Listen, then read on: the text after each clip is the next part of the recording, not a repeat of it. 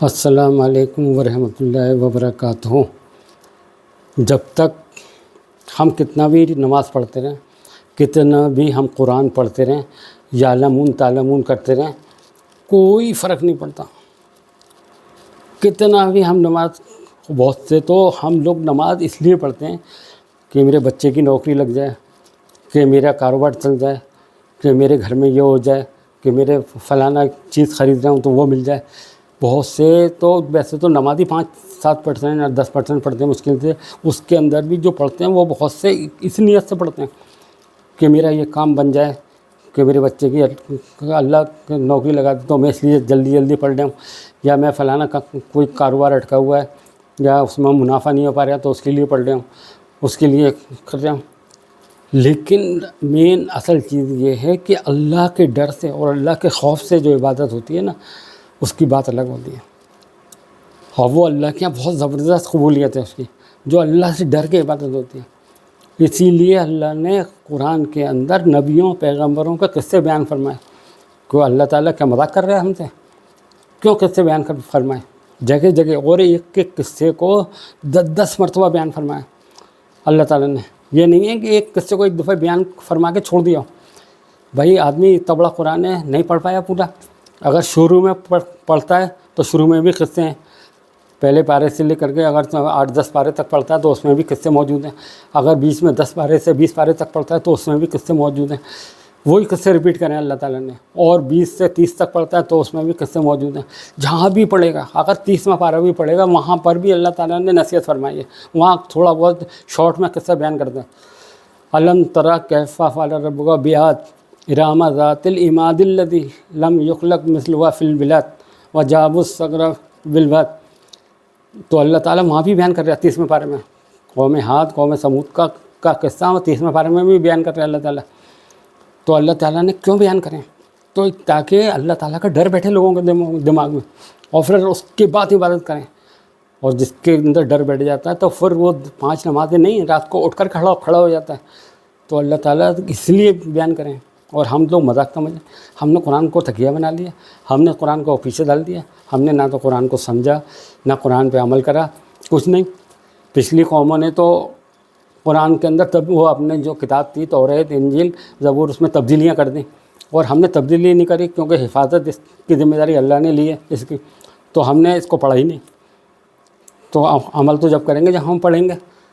بھئی اللہ تعالیٰ نے ہماری ہدایت کے لیے نازل کرا، اور ہم نے قرآن کو تکیہ بنا دیا، ہم نے اپنے پیٹھ پیچھے ڈال دیا، تو ہمیں اللہ کا ڈر اور خوف ہی نہیں رہا۔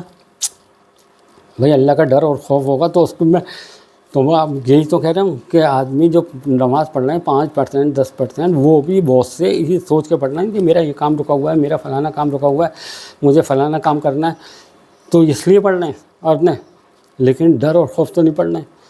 اور جس کے اندر اللہ کا ڈر ہوگا، خوف ہوگا، وہ گردن کٹا سکتا ہے، مرتد نہیں ہو سکتا، کسی بھی حالت میں مرتد نہیں ہو سکتا۔ اسی لیے کہتے ہیں قرآن پہ غور و فکر کرو۔ اللہ تعالیٰ یہ بار بار کہتا ہے میرے مومن بندے وہ ہیں، میری آیتوں پہ غور و فکر کرتے ہیں اور روتے ہیں اور سجدے میں گر پڑتے ہیں۔ بندے اللہ تعالیٰ وہ بتا ہی وہی رہے ہیں، جو میرے بندے وہی ہیں جو میری آیتوں پہ غور و فکر کرتے ہیں اور روتے ہیں اور سجدے میں گر پڑتے ہیں۔ اور ہم کیا کر رہے ہیں؟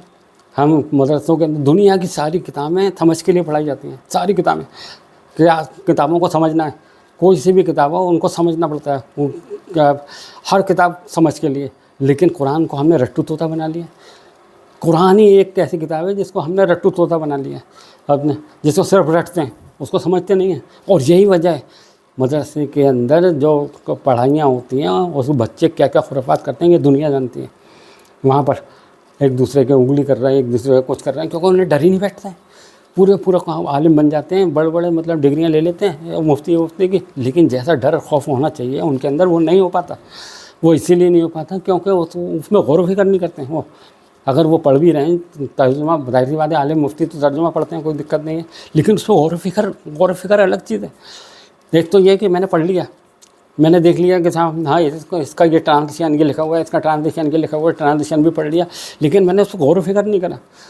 غور و فکر بہت ضروری ہے کہ اللہ کیوں نازل کرا، یہ کس وجہ سے نازل کرا، کیا مقصد ہے اللہ کا نازل کرنے کا، اس چیز کو دیکھنا۔ یہ نہیں ہے کہ یہاں مت ٹھیک ہے جیسے مولانا پڑھا رہے ہیں پڑھ لیا آگے بڑھ گئے اپنے، لیکن اس چیز کو یہی تو غور و فکر کرنا ہے، ہر چیز ایک ایک چیز پہ غور و فکر کرنا ہے اپنے، ایک ایک آیت پہ کیوں اللہ نے نازل کری ہے، کس وجہ سے نازل کری ہے، کیا مقصد ہے اس کا. تو یہ تبھی تو ڈر بیٹھے گا اللہ کا. اور ہمارے اندر ڈر اسی لیے نکل گیا کیونکہ ہم یعلمون تعلمون کر رہے ہیں. پہلے تو پڑھتے ہی نہیں ہیں، 50% لوگ قرآن ہی نہیں پڑھتے ہیں، اور 50% پڑھتے ہیں اس میں 45% یعلمون تعلمون کرتے ہیں. مدرسوں کے اندر آپ دیکھ لیجیے، اور پڑھ بھی رہے ہیں جو عالم مفتی بن رہے ہیں، عربی بھی سمجھ رہے ہیں، سیکھ رہے ہیں، لیکن وہ غور و فکر نہیں کر رہے ہیں. بھائی ڈر کیوں بیٹھے گا؟ ڈر تو جب ہی بیٹھے گا جب ہم ایک ایک آیت پہ غور و فکر کریں گے. اور پھر جب غور و فکر کریں گے، جب اللہ کا ڈر ہمارے اندر بیٹھے گا تو ہم روئیں گے، سجدہ کریں گے تو اللہ تعالیٰ کیا پھر اس کا مقام ہی الگ ہوگا اس بندے کا، جو آدمی غور و فکر کر رہا ہے اور رو رہا ہے کہ اللہ تعالیٰ نے یہ بے مقصد پیدا نہیں کی. ان فی خلق السماوات والارض واختلاف الليل والنهار لآیات لأولی الألباب الذین یذکرون اللہ قیاما وقعودا علی جنوبہم یتفکرون فی خلق السماوات والارض ربنا ما خلقت ھذا باطلا سبحانک وقنا عذاب النار. یا اللہ تو نے یہ دنیا ایسی نہیں پیدا کر دی بے مقصد، کوئی نہ کوئی مقصد ہے. جو تیرے بندے ہیں نیک بندے ہیں تو اس پہ غور و فکر کرتے ہیں، ان آیتوں پہ غور و فکر کرتے ہیں، سمجھتے ہیں، پوری دنیا کی چیزوں پہ غور و فکر کرتے ہیں. یہ اللہ نے کیسے پیدا کری ہے، کیا ہر چیز، اور ہماری بھلائی کے لیے پیدا کری ہے ساری نعمتیں. نیک بندے اللہ کے وہ جو اللہ کی آیتوں پہ غور و فکر کرتے ہیں، اللہ کی نعمتوں پہ غور و فکر کرتے ہیں. اللہ نے جو چیزیں بنائی ہیں، جو پھل بنائے، اور پھلوں کا سب کا ذائقہ الگ رکھا ہے. امرود کا مزہ الگ ہے، آم کا مزہ الگ ہے، اور لیچی کا مزہ الگ ہے، اور جو بھی جتنے بھی پھل ہیں ان کا سب کا مزہ الگ ہے، اور ساری سبزیوں کا مزہ الگ ہے، اور ایک ہی جگہ ہو رہی ہیں اور سب کے مزہ الگ ہے. وہی پانی جا رہا ہے، وہی کھاد جا رہی ہے، لیکن ان کا ٹیسٹ الگ الگ ہے. تو یہ غور و فکر کرنے والی بات ہے کہ اللہ تعالیٰ نے کیسی کیسی نعمتیں دی ہیں. اور جو ہم سبزیاں کھاتے ہیں ان میں مسالے ڈلتے ہیں، وہ بھی پیدا ہوتے ہیں، ان پہ بھی دیکھیے، ان پہ غور و فکر کرنا چاہیے. اور تو چھوڑیے، آپ جسم میں غور و فکر کر لیے، اگر آپ کی اتنی سی انگلی کٹ جائے نا، پوری کٹ کے جائے، اور آپ پوری دنیا میں گھوم لیں، جیسی اوریجنل انگلی ہے، جیسی اللہ نے بنائی ہے ویسی پوری دنیا میں آپ گھومتے رہیں، ویسی انگلی کوئی نہیں بنا سکتا. آج بھی اگر کسی انسان کو خون کی ضرورت پڑتی ہے تو انسان کا ہی خون چلتا ہے، ایک خون نہیں بنا پائے. سائنس اتنی ترقی کر گئی ہے، اتنی ٹیکنالوجی آگے بڑھ گئی ہے، لیکن ایک انسان کے جسم میں اگر خون کی ضرورت ہے تو خون ویسا خون نہیں بنا پاتے، اور نہ قیامت تک بنا پائیں گے، کیونکہ اس میں لاکھوں اجزاء ہوتے ہیں، لاکھوں کروڑوں اجزاء ہوتے ہیں خون کے اندر. تو خون بنا کیسے سکتے ہیں؟ تو اللہ سے ڈرو، اللہ کو غور و فکر کرو. اللہ یہی تو کہتا ہے، یہ کوئی وہ تھوڑی ہے کہ چل رہے ہیں کوئی یہاں چیزوں پہ غور ہو. اور اللہ تعالیٰ کہتے ہیں جو تم دودھ پیتے ہو تو تمہارے بچوں کے لیے فائدہ مند ہے، تمہارے لیے فائدہ مند ہے. اس کے اندر دنیا بھر کی اللہ تعالیٰ نے خوبی رکھی ہے. اور جسم کے اندر پیشاب پیلا ہوتا ہے اور خون لال ہوتا ہے، یہ وائٹ چیز کہاں سے آ رہی ہے؟ یہ غور و فکر کرنے کی بات ہے. سب سے بڑی غور و فکر کرنے کی بات یہی ہے کہ اس کے اندر آپ کا خون لال ہوتا ہے. بھینس کے اندر یا گائے کے اندر، جس کا بھی ہم دودھ پیتے ہیں، یا عورتوں کو مطلب جو بچوں کو دودھ پلاتی ہیں، تو ان کے اندر دیکھیے خون جسم میں لال ہوتا ہے اور پیشاب پیلا ہوتا ہے، اور وائٹ چیز کہاں سے نکل کے آ رہی ہے؟ یہ اللہ کی نعمتیں ہیں. یہی تو غور و فکر کرنے والے اللہ تعالیٰ نے قرآن میں یہی جگہ جگہ فرمایا. آپ دیکھتے نہیں ہو یہ سب چیزیں، آپ غور نہیں کرتے ہو. اور مردہ زمین پہ میں کیسے بادل لے کے آتا ہوں، کیسے پانی برساتا ہوں، کیسے وہ مردہ زمین کو زندہ کر دیتا ہوں، اور اس پہ آپ کی کھیتیاں ہو رہی ہیں، آپ کے سب پھل ول اگ رہے ہیں، سب چیزیں ہو رہی ہیں، تو آپ اس پہ غور و فکر نہیں کرتے ہو. اور کیسے پھاڑ کے نکلتی ہیں چیزیں زمین سے، آپ زمین پہ کیا ڈالتے ہو، اور ڈال کر کے پھر ایک دم زمین سے پھاڑ کر کے باہر پودا نکل جاتا ہے، وہ لہلانے لگتا ہے، اور اس پہ اندر دنیا بھر کے پھل دیتا ہے، اور اس سے آپ کاروبار کرتے ہو. تو آپ مطلب جو آپ کے لیے فائدہ مند ہوتا ہے، آپ کے بچوں کے لیے، آپ کی تجارت کے لیے فائدہ مند ہوتا ہے. آپ اس سے تجارتیں کرتے ہو، اپنا منافع کماتے ہو، تو اس پہ غور و فکر نہیں کرتے ہو. تو اللہ تعالیٰ تو یہ ہمیں بتا رہے ہیں جگہ جگہ کہ میری کتنی نعمتیں ہیں. وَإِن تَعُدُّوا نِعْمَتَ اللَّهِ لَا تُحْصُوهَا، میری نعمتیں اتنی ہیں، اگر تم شمار کرنا چاہو گے تو شمار نہیں کر پاؤ گے. اللہ تعالیٰ خود کہہ رہے ہیں سورہ نحل کے اندر، اللہ تعالیٰ بتا رہا ہے آیت نمبر 18 کے اندر، وَإِن تَعُدُّوا نِعْمَتَ اللَّهِ لَا تُحْصُوهَا. اور سورہ ابراہیم کے اندر بھی ہے، سورہ ابراہیم آیت نمبر 34 کے اندر، لیکن اس میں سیپریٹ نہیں ہے، بڑی سورت آیت ہے، اس کے بیچ میں ہے یہ.